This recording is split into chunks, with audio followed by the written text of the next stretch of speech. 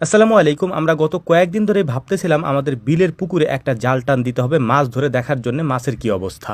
এখন যেহেতু শীতকাল শেষ হয়ে গরম পড়েছে, তাই আস্তে আস্তে বিলের পানিও শুকিয়ে গিয়েছে। বিলের মাঝখানে একেবারে শুকিয়ে জমিগুলি দৃশ্যমান হয়ে গিয়েছে এবং মাঝখানের পানিগুলি আস্তে আস্তে সাইডে চলে গিয়েছে, যেখানে গর্তগুলি করা ছিল, অর্থাৎ পাড়ি বাঁধার জন্য যেখান থেকে মাটি সংগ্রহ করা হয়েছে। পুকুরের মধ্যে জাল টান দিয়ে দেখার জন্য আমরা প্রফেশনাল কোনো জেলেকে ডেকে আনিনি, আমরা নিজেরাই এখান থেকে দেখার জন্য আমরা জাল এনেছি আমাদের এলাকা থেকেই। সেই জাল দিয়ে আমরা মাছ ধরার চেষ্টা করছিলাম। তবে সব মাছ আমরা এখানে উঠাইতে পারবো না, কারণ যেহেতু আমরা কেউই প্রফেশনাল না, তাই মাছ উঠবে না, এটা খুবই স্বাভাবিক একটা ব্যাপার ছিল।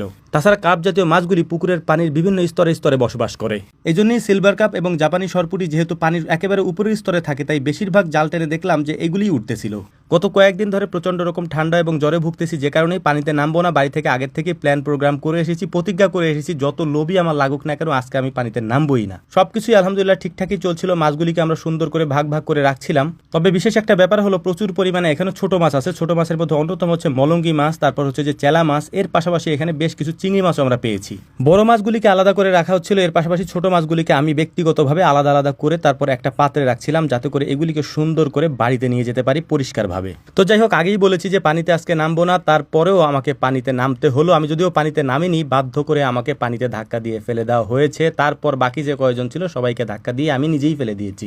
যাই হোক, দ্রুত পানি থেকে উঠে গিয়েছি, যদিও আমার মাছ ধরার কোনো ইচ্ছা নাই, কারণ আমার প্রচন্ড রকম ঠান্ডা। আমি জামা কাপড় নিয়ে আসি নাই বাড়ি থেকে, তো বাড়িতে ফোন দিলাম, সজীব মামা জামা কাপড় নিয়ে আসতে আসতে এখানে কতক্ষণ রোদ্রে বসেছিলাম। আর ওদিকে সবাই মাছ ধরায় ব্যস্ত, কিন্তু আমি টেনশনে আছি আবার আমার ঠান্ডা না লাগে, কারণ অনেক কষ্টে ওষুধপত্র খেয়ে তারপর এই ঠান্ডাটাকে আমি কমাচ্ছি।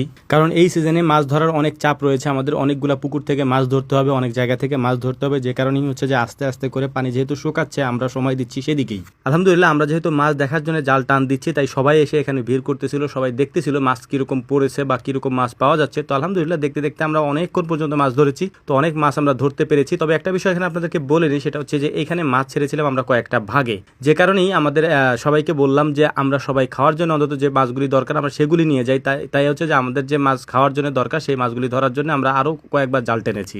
সব থেকে ইন্টারেস্টিং ব্যাপার ছিল, আমরা এখানে বেশ কিছু ব্ল্যাক কাপ ছেড়েছিলাম। এই ব্ল্যাক কাপের মধ্যে একটা ব্ল্যাক কাপ আমাদের জালে উঠেছিল, বেশ বড় সাইজের। তো ওটাকে আমরা হচ্ছে যে সবাই মিলে দেখছিলাম, কারণ ব্ল্যাক কাপ সাধারণত আমাদের এদিকে চাষ হয় না। আমরা শখ করে কয়েকটা নিয়ে এসেছিলাম, কয়েকটা বলতে বেশ কিছুই নিয়ে এসেছিলাম। সেগুলি এনে এই বিলের পুকুরে ছেড়েছি কিছু, এবং আমাদের বাড়ির পুকুরেও বেশ কিছু ব্ল্যাক কাপ ছাড়া হয়েছে। তো আর যাই হোক, আলহামদুলিল্লাহ, মাছটা ভিডিওতে হয়তো ছোট দেখা যাচ্ছে, বাট মাছটা সাইজে অনেক বড় ছিল আলহামদুলিল্লাহ। তো আমরা আমাদের যে ছোট মাছগুলি ছিল সেগুলিকেও এক জায়গায় নিয়ে এসেছি। এর পাশাপাশি যে বাকি যে মাছগুলি আমরা ধরেছি, বেশিরভাগ যে সিলভার কাপ এবং এখানে জাপানি সরপুটিগুলো ছিল, তো এগুলাকে সবার মধ্যে ভাগ করে দিচ্ছিলাম আমরা। ভিডিওতে এখন যাকে দেখতে পাচ্ছেন, এই বিলের জায়গাটা মূলত এই ভাইদের। তো ভাইও এসেছিলেন মাছগুলি দেখার জন্য। তো সব মাছ ভাগ করে দেওয়ার পর যে ছোট মাছগুলি ছিল সেই মাছগুলিও আমি সবার মধ্যে ভাগ করে দিয়েছি আলহামদুলিল্লাহ। তো সবাই মাছগুলি নিয়ে যাওয়ার পর আমরা আমাদের ভাগের মাছগুলি নিয়ে বাড়ির দিকে চলে যাচ্ছি। তো আমাদের জন্য দোয়া করবেন। আসসালামু আলাইকুম রহমতুল্লাহ।